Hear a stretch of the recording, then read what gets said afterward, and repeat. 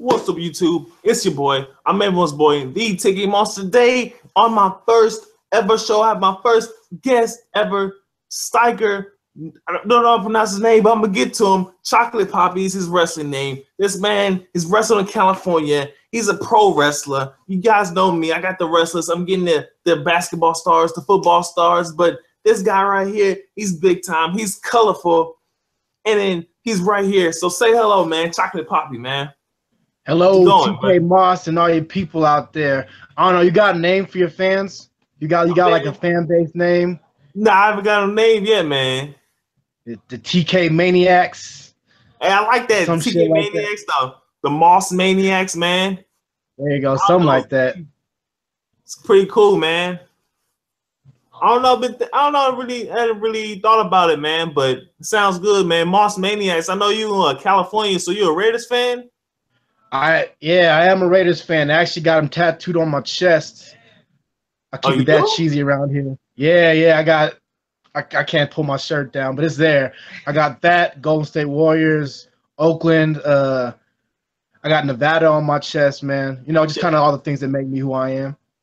Yeah, but man, you see that Raiders game against the Chiefs like a week ago? Oh, you mean when I almost had a heart attack? Yeah, I watched that game. Bro, that was crazy. Bro, at the end of the game, it's you know what? You know what? So being a Raider fan, I realized that I can't get spoiled ever. Like, there's no way I can be spoiled. They were good in 2002, and I went through 15, 16 years of just awfulness, right? Yeah. And then, I mean, we're going into this season with heavy expectations, and we've had the worst start imaginable, man. Like, Derek Carr got hurt. Marshawn Lynch isn't going off like everybody thought he was. It's been tough, man. It's been tough to be a Raider fan. Yeah, I feel you, man. Last time y'all was in the Super Bowls with Rich Gannon and them boys, right? And Rice. Man, I'm telling you, like, 2002. I won't forget it. I was at this girl Shelby's house for a Super Bowl party, and I remember I threw my cupcake on her carpet. I was so upset just watching the game. Yeah, but going to that Super Bowl, man, I know you probably got better memory than me, man. But going to that game, did you feel like you can beat that the Tampa Bay Bucs in that defense? Well, we had like the best offense in the league at that point, you know, and it was a weird situation because John Gruden, our coach, had been traded to the Buccaneers. Yeah, with a couple other pieces that were ours, and man, it was like John Gruden was still in the huddle with us. Like, he knew every move that Bill Callahan had. Bill Callahan was the offensive coordinator that got promoted to head coach that year. Yeah. And no, he just put a hurting on us, man. I mean, like I said, I got some bad memories of it, and it was a constant reminder for years and years afterwards. But I mean, we're slowly getting better. Like I said, this year's been a little rough, but we're slowly coming up, and I'm happy that we beat the Chiefs because that's, like I said, that game was stressing me out. If y'all would have lost that game, I don't know if you guys make the playoffs because right now y'all regular was it 3-4 right now? Yeah, I think we're 3-4 right now. Yeah, man, just things weren't clicking for us. That was Amari Cooper's breakout game. He was supposed to have his breakout season, and I think he had 100 yards coming up into it. So, yeah, you know, like I said, growing pains. It's a young team, fortunately. So if the pieces stay together, hopefully make a run. Because like I said, I've had many, many years of Jamarcus Russell, as I call it. Number one pick, 07. Yeah, Jamarcus Russell. Still hurts. You were a star football player yourself in high school, right? Up there in Nevada. What high school you went to? Yeah, so I went to high school in Reno, Nevada. It's not like a big powerhouse city for football, but I did all right. The team I was a part of went to state in my senior year, and we lost to Bishop Gorman, who's like a big West Coast football team. I think like Snoop Dogg's son was on the team. A couple years just cause, but yeah, I did all right, man. I was more of a track guy actually. Yeah, I did the track thing, and I was slow, but I was killing it somehow. So I had my good years, I had my bad years. Did you want to pursue play football in college? Yeah. So when I graduated high school, I was still kind of going back and forth between going to Wyoming or going to Nevada. Yeah. Wyoming didn't end up giving me a scholarship, so I walked on to Nevada and I played for like spring ball. Wasn't really feeling it, and I dropped out. Went to Butte College and played with Jordan Rogers for a little bit.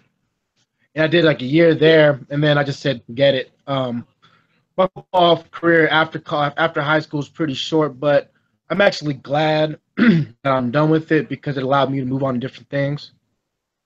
So after that, did you move? Was it with wrestling that after that, a couple of No, years later, or? no. Actually, it took a long time for me to get around to wrestling. When I first quit football, I was kind of taking care of my family, Yeah. my little sister especially, and I was just kind of living my life as a regular college student. Um, I started rapping for a little bit. Like I bought a classic story. I bought a mic and I was gonna tell my story, and I rapped a little bit. Wasn't really hitting the stages too much. I had like 50 songs that I never released. I was like the little B Reno for a while, and I was just like, I don't want to do this anymore. So moved on. I went to do stand-up comedy for a little bit. At that point, I had moved over to San Francisco, and I was doing a stand-up comedy thing for a while. And before I left Reno initially, I was doing a wrestling school, and it hurt the first couple of days. Yeah. I didn't like it. I took like 50 hip tosses in a row one day, and I was like, man, I don't know if I want to do this. And then when I came back to Reno, I was still doing stand-up comedy, and they just opened up the wrestling school, so I was kind of doing both at the same time. I was doing like open mics and a couple shows at some venues, and then I'd wrestle during the day. And then when I With the stand-up finally, comedy, for one second, with the stand-up comedy, how good were you? Would you say you was like, like, were you progressing pretty well in there? in the comedy, Yeah. um, I would say that I hit my peak at one point, and the reasons that were in comedy weren't as pure as they once started. Um, like the reason I got into comedy, I was a big like Patrice O'Neal fan. I don't know if you know who Patrice O'Neal is. You so nah. Okay, so Is he he's a also comedian that legend or? died. Oh, he's a legend, man. I think he's from New York. You gotta look up some Patrice O'Neal, man. Patrice, Especially like, yeah, man. It's some of the best comedy I've ever heard in my entire life, and it inspired me to want to be a comedian. And just looking back at my act back then, while I was getting better at like crowd control and learning how to deal with hecklers and stuff, yeah. my material was emulating guys like him, and it didn't come from my heart. I'd say, like it was almost like I was mimicking my idols. You know what I'm saying? Yeah. Instead of You being who I wasn't wanted to fully be. like completely into it, like your passion wise, or Yeah, exactly. So I plateaued. I'd say I got to a point where I wasn't as happy as I thought I was, and the drive to write jokes wasn't there anymore, and I just wanted to venture into different things. yeah, at least you went up there and tried it instead of saying having regrets about it. Your personality seemed like you're a colorful guy with comedy, football, and wrestling. Seems like you like to try different things. Is that right? Yeah. A big philosophy that I've had in life. And I'm a dude that grew up with like no father figure. My mom was always working, so a lot of the times the people that I looked up to were people on TV. And I want to be the comedian, or I want to be the pro wrestler. I want to be, the actor. And I always told myself to try everything and figure out what sticks. You know what I mean? Yeah. And I didn't have anybody pushing me in a certain direction, so I had all the freedom in the world to venture and try to find what inspires me. And the good thing about trying a bunch of things is I can apply it to the next thing that I do. like you're saying with the comedy and the football and the rapping and all that stuff. It taught me how to be a performer physically and mentally, and Yeah. now I can apply that to a world of wrestling where there's so many components that make a good wrestler, like some people like the technical guys, the guys that can do like the flips and stuff like that. Yeah. And some people just like the talkers. Are you a wrestling fan? Oh yeah, of course. Yeah, definitely. Okay, so like, for example, who is your guy or who's your guy currently Oh, that you like currently, watching as wrestling? currently, Yeah. I have to say maybe probably Roman Reigns since he's full time. I say maybe Roman Reigns right now. Yeah, Yeah. and if you talk to like a casual wrestling fan, they say Roman Reigns has a football background, and that's why he's so big and physical, and you feel that energy, that fighting energy, right? Um, I'm a guy that likes The Rock, right? Right. Now, The Rock, of course, he wasn't a comedian growing up; he was a football player as well, but that comedic timing that he had made me really love wrestling, And know? that character, that it Yeah, seems exactly, exactly, that character part seems kind of taken away from wrestling in that storyline. exactly, Yeah, definitely. exactly. But like, I guess the glory days of wrestling, when people really dedicated their character, Mm-hmm. that's when I was involved. That's when I was like, man, I love Stone Cold because I could see that bald-headed white dude drinking beers and trying to whoop somebody's ass. Like, I could see that, I could see The Rock, the flashy black dude with the ridiculous silky shirts, like, I see these people. I lived in Oakland at the time. I know. Yeah, man. And that's what made me really like wrestling. It's the physicality, but it's also the character. And I think with my background and having tried everything in the world, it all kind of cultivates in wrestling. It all becomes one big pie to whatever I'm offering. Yeah. So was The Rock your favorite wrestler growing up or all time? He was my favorite wrestler. And this kind of goes back to being a young black kid growing up without a father, man. Like, anybody on TV that was black was my dude. Like, like The Rock was my dude. I don't even know, like, I like only BET Comic View. Like, I didn't watch any Comedy Central growing up. It was all Comic View. So I watched like Bruce and all these, like, these are just my dudes, and I always cheer for him. And at the time, The Rock and Booker T were like the only black dudes that were on top of the company. So that's what I would look at. I'd be like, I want to be like that guy. I want to be like Booker T. I want to be like The Rock. Even though Stone Cold were cool and all that stuff, it's like, those are my dudes. Yeah.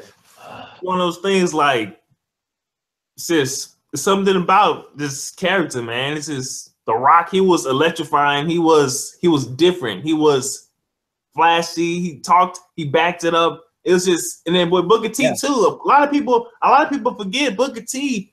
I think Booker T was I wouldn't call him underrated, but I would call him just not even misused. It's just he was never put as big time as he could have been.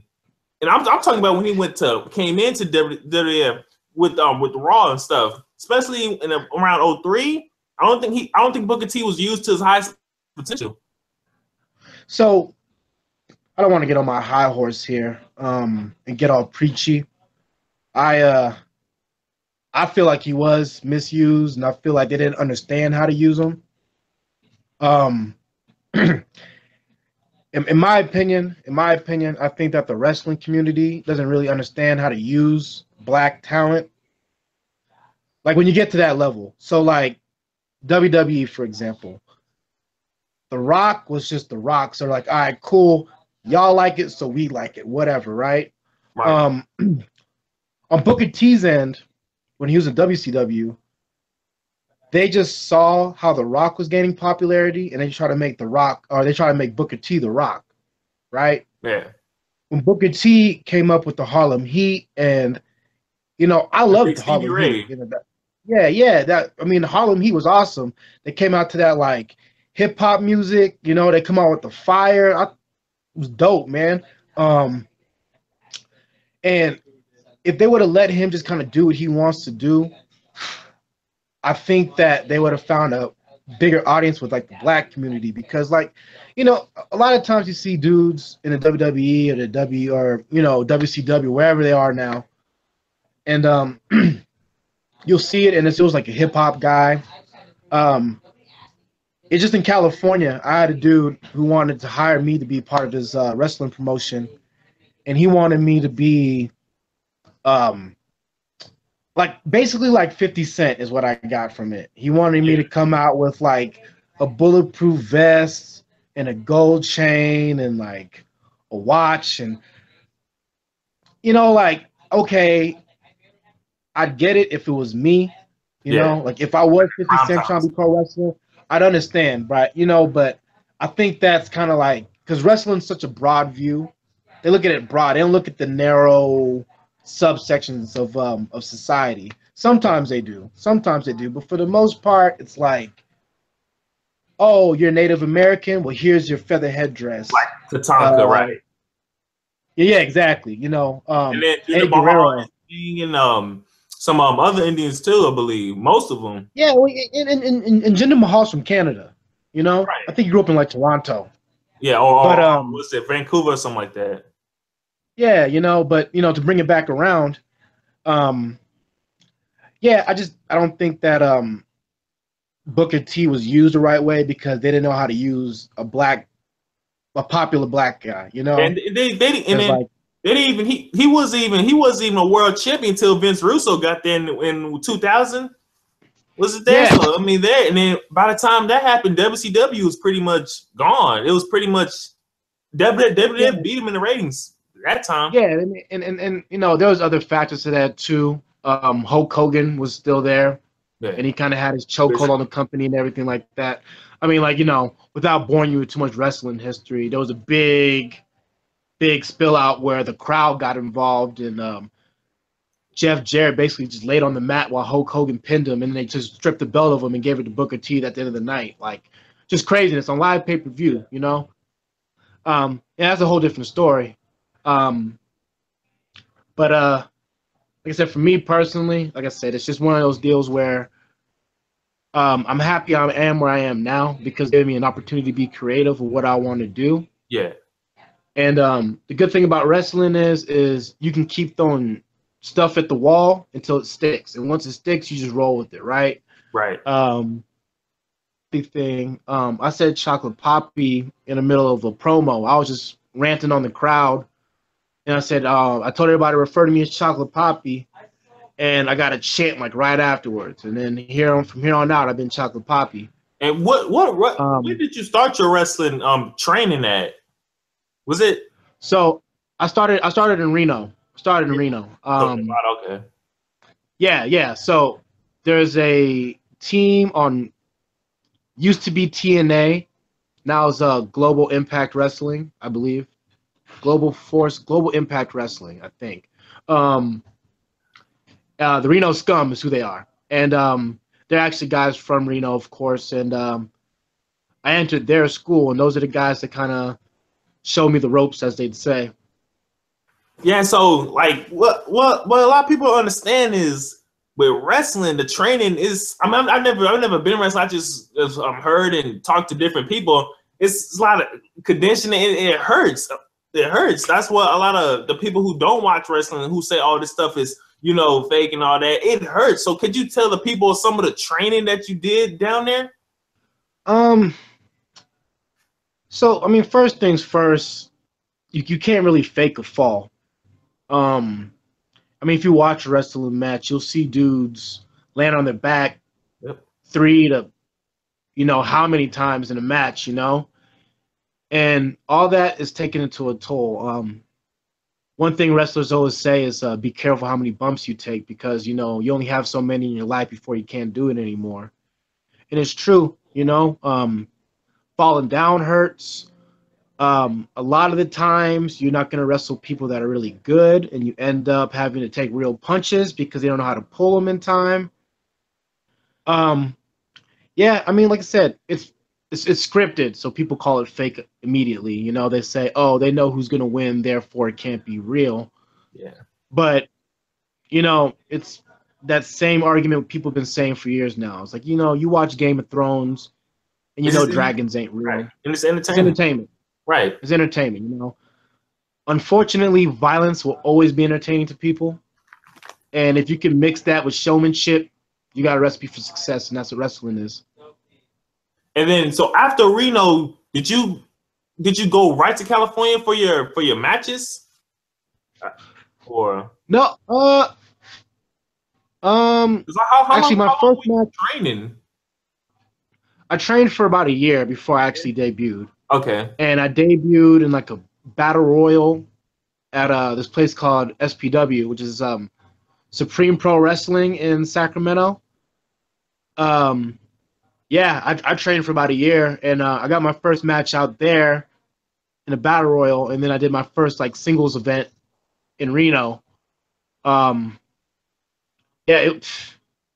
it's crazy to look at now. I mean, I look like a completely different person than what I was back then, and that's only like 2.5 years in the business. Man, that's interesting. Yeah. So, like, so right now, are you signing with anybody, or are you just doing the independence? And if so, which independent wrestling company are you most like the most right now that you have went to? So I'm not signed anywhere. I'm starting to kind of dabble with some of the bigger companies now. You know, wrestling's one of those weird businesses where you never know who's watching or when they're watching, so you never really know when you're going to get signed. You just kind of hope for the best. Keep doing what you do. Right now, I wrestle mainly for All Pro Wrestling, APW out in California. They actually have a big event coming up here. It's going to be at the Cow Palace, which is a big venue out in Daly City. And yeah, I'll be a part of the Battle Royal event as well. What's the date on that? It's going to be November 10th on a Friday. Yeah, November 10th. Sorry, I'm really bad with dates and stuff. That's why I keep on looking over to left and right, trying to remind myself. But yeah, November 10th over there in Daly City at the historic Cow Palace. You'll see like Jeff Cobb versus Jack Swagger in the main event for the APW title. I think Rey Mysterio is going to be there. Pentagon Ohm's going to be there. Names down there. Yeah, yeah, man. I mean, really check it out. I'm really proud to be a part of APW. It's one of the first independent wrestling promotions I was introduced to. And I mean, it's amazing to be a part of them, honestly. Like, the guys have been really good to me. I've gotten to wrestle a lot of cool dudes from like ROH and New Japan. I wrestled a Hurricane like a couple months ago. Yeah, that was one of the best things that ever happened to me. Like, honestly, I loved the Hurricane growing up, and having to wrestle him, like, it was super random, but it was super cool. And did you learn anything like from the wrestlers from who went to WWE or ROH, like after the matches or before? Are you asking them like, yo, did I do this? How good was that? Like, are you asking them questions to get better, to up your game? So, and I say this with every form of media, like every form of media, no matter what it is, football, track, sports, anything.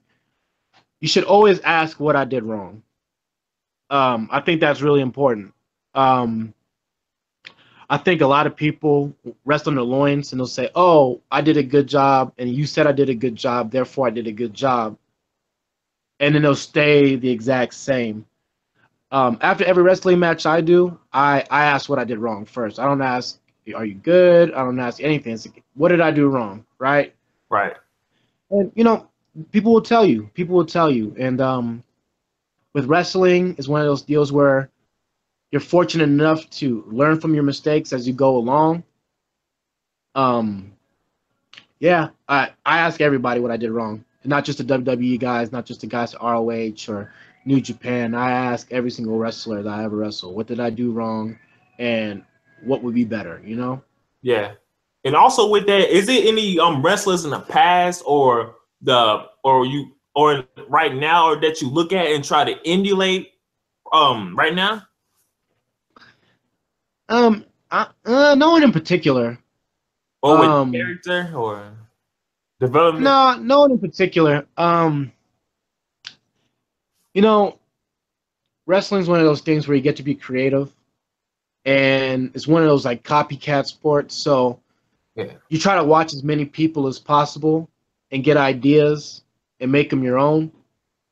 Um, yeah, I'd be lying to you if I said I had somebody in particular. I'm really just watching as much as I can and trying to see what I can do and what works for me and what doesn't work for me. You know, it's gone in the past. You know. Yeah. And with that, like it's one of those things, man. It's just from learning. I try to learn from my mistakes. I try to get better in what I do too. Because I used to play. I played college ball for a year before I got hurt. I played in high school and all that. And I always tried to get better. I asked the coaches, "What can I do to get better?" And I feel that's Right. so important. That's a lot. I feel that people are afraid of criticism. That's one reason why I don't think people like to ask what I did wrong in that regard. Yeah, you know, it's a problem right now, man. A lot of people can't handle criticism. You're a hip hop fan, right? Yeah. Okay, so there was like this Smoking Loud festival, one of those festivals going on, and Boogie with a Hoodie and his crew jumped Lil B Oh yeah, I heard because Lil about that. B. Right. Yeah. You heard about that Yeah. because Lil B said that he's the one rapper representing New York the hardest out of all those New York rappers, right? And they jumped him, you know, and he tweeted that. It was just a criticism. He wasn't saying that he wanted to fight him. He wasn't saying anything like that. He just was criticizing him, you know, saying that, hey, I'm more New York than you guys are New York, right? Um, yeah, it's one of those things where I think you have to learn how to handle criticism because it hurts. It hurts to know that you suck. But if you can accept the fact that you suck and learn how to suck better without sounding disgusting, you become better, you know? Yeah. And then going back to the wrestling part, who is one wrestler or multiple wrestlers that you want to face, or is it your goal to get to maybe? Do you have like well, I'm asking, do you have small goals to get to a Ring of Honor or get signed or maybe get a tryout with NXT? Is that anywhere in the near future with you, or how long do you think you'll be ready, like in years wise? You know, it's one of those things, man, where you can't really tell. You never know what promoter's looking for. So, actually, this is a recent realization. I don't really care about what promotion I'm at. My main goal with wrestling is to be able to buy a house. I always told myself if I can buy a house with things that I love to do, then I'm a successful person in life, you know? Um, you know, it's weird. I had my first taping with WWE couple months ago. About a month ago. They're in San Jose and Oakland, and I was kind of looking around at everybody, seeing the production and the guys in the back, and everybody's busy. They're on national TV. They got a job to do. And man, I'm seeing that. I'm thinking, man, these guys must be so happy. And then I see a guy like Neville leave Mm-hmm. a couple weeks later I'm pretty sure he's because making he's more money. unhappy. Yeah, and he's unhappy with what he's doing, and seeing that, and then having wrestled guys that wrestle here and wrestle there. I'm seeing that there's money to be made outside the WWE. So if I can find my niche and find a following that can help me support my dreams, then I won no matter what. Yeah. Um, of course, growing up as a kid, I always wanted to be like Intercontinental Champion, but at the same time, how many Intercontinental Champions have there been? Mm-hmm. And then, like, I watched some of your matches on YouTube, and you stand out, like, especially when you had those pink tights on. I was wondering, I was like, if I was just if I didn't know who I was watching, I'm like, who's this guy? Because you stand out, and from the Yeah, matches I've seen. So in that regard, you're doing a good job, man. Because to me, like when watching wrestling, it's the people who stand out that really gets, I would say, maybe the casuals fan attention. So in that regard, are you doing a good job in that part? yeah. Hey, I'm not complaining about anything, man. I'm very happy where I am. Like I said, wrestling is a perfect melting pot for me to explore different avenues of my life. You know, I get to be creative. I get to be athletic. I get to wear pink tights and no one's gonna judge me. Like I love it. I say the more creative control I have, the better for me because I always have ideas flowing. So if I'm allowed to do whatever I want, it works, you know? Yeah, I mean, I appreciate the compliment. Like I said, I'm one of those guys where when my time comes, it will come. But until that point, I just want to work on being happy with where I'm at, you know? Yeah. And in life, man, that's having your passion, being happy.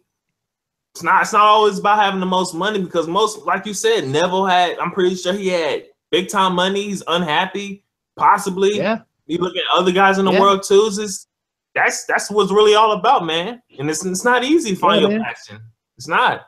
Yeah, man. It's a grinder, and you know, it's one of those things where sometimes once you reach that happiness that you think you found, like I'm sure Neville growing up wanted to be in the WWE, and when he got there, it wasn't what he wanted it to be, you know, and you know he's going back to go find happiness. It's a struggle. It's a struggle, but I think that if you wake up every day and say, "All right, I'm gonna do what makes me happy," you know, nothing but success will come, you know. And right now, I'm at the point where I'm enjoying wrestling. I'm happy doing it, and I'm going to continue to do so. And, you know, if people want to give me more money or people want to give me more exposure or, like, you know, you found me in Texas. So obviously what I'm doing by myself is somewhat working, you know. And, yeah, I'm happy. I mean, I was shocked when I found you want to do this podcast. It came out of nowhere. And I was like, oh, like, you know, what I'm doing is working. So In and out. Yeah. And with that, bro, with that, a couple of more questions, but most importantly, bro, what right now or whenever, what is your favorite match that you ever seen before? My favorite match that I've seen? Yeah. Oh man. You know, it's corny. It's so corny to say it, but I really, really, really, really like The Rock versus Stone Cold at 17. I mean, it's corny. It's corny, but corny, bro. That match right there was that match that had everything from the rivalry build up to it to payoff in it. I mean, like I said, that's the height of my fandom right there. That's when it was, you know, it was still like a must watch for me. I wasn't a part of the business. I was a kid. I was just full of hopes and dreams. And my dude, The Rock, was there versus the coolest dude I've seen up to date, Stone Cold Steve Austin. So, I mean, to me, that was a perfect storm. Yeah, that's the one. I gotta say that's the one. Yeah. And the final question: who or what inspired you to want to be a pro wrestler? Man, I guess I'd say The Rock again. I hate to say it, but it's the truth. He was the guy that growing up I just was a big fan of, you know. Of course, I took my own path to get there, you know. I didn't have a dad in the business. I was a football player, rapper, comedian before I got down to wrestling, you know. But that just goes back to my beliefs of always trying something new and trying to find your happiness, you know. Right. You might be rapping one day and you're not making any money and you hate it and you don't want to write any raps anymore. Hey, if it's a beginning and you want to try something new, you know, but you should constantly be trying something. If you're not trying, you're not doing anything. 100% agree, bro. 100%, man. That's some positive words, man. Yeah. This all came to me like 3 weeks ago, so I'm trying to word it better. Maybe I'll have like some funny one-liners or something to say to keep it in people's minds. But for right now, anybody watching this podcast, really, if you're starting an entertainment business and no matter what you're doing, wrestling, music, sports, any of that, make sure what you're doing makes you happy because ultimately how you feel about yourself is the price you pay. And if you can look at yourself in the mirror and be like, I love what I do, then you won. Dang. Damn right, bro. And well, I appreciate you coming on, man. My first guest ever, bro. Like you said, for myself, I'm trying to find my passion. I'm having fun doing this. I do other videos and stuff like that, man. But just stay on, just stay on for a bit. I'm in the broadcast, and we'll talk after just a couple more minutes. Yeah. I got you, man. Subscribe to this man's channel. He's a cool dude. Oh yeah, and before we leave, wait, plug all your social media, your Instagram, Twitter, how to book you, where to find you, and all that. I'm really bad with this, so I think my Instagram is Chocolate Papi with the I. My Twitter handle is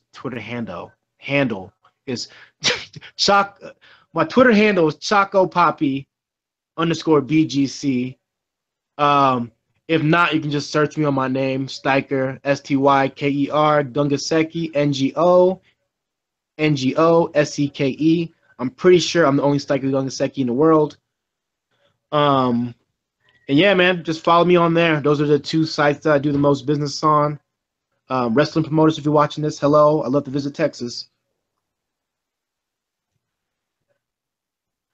And hey, man, it's just like we said before, man. I mean, boy, everyone's boy the Tiki Moss, and that's it, man. Peace. But stay here for a bit. We're gonna talk for 1 minute, but that's it for this one right here. Yeah, man, of course.